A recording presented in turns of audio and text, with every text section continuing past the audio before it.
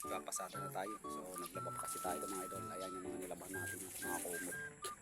Kaya nilaban natin. Ayan. So nakakuyak na rin si Whitey. Ayan, no, mga idol. Bagong karwas yan. So let's go mga idol. Pasada time. So medyo maganda ang panahon natin mga idol. Medyo mainit na ngayon. So tara mga idol.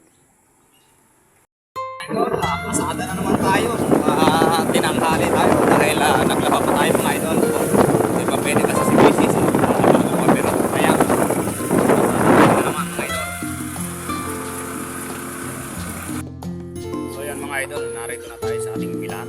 Pinipilahan pa sa ladbang mga idol. Ayan.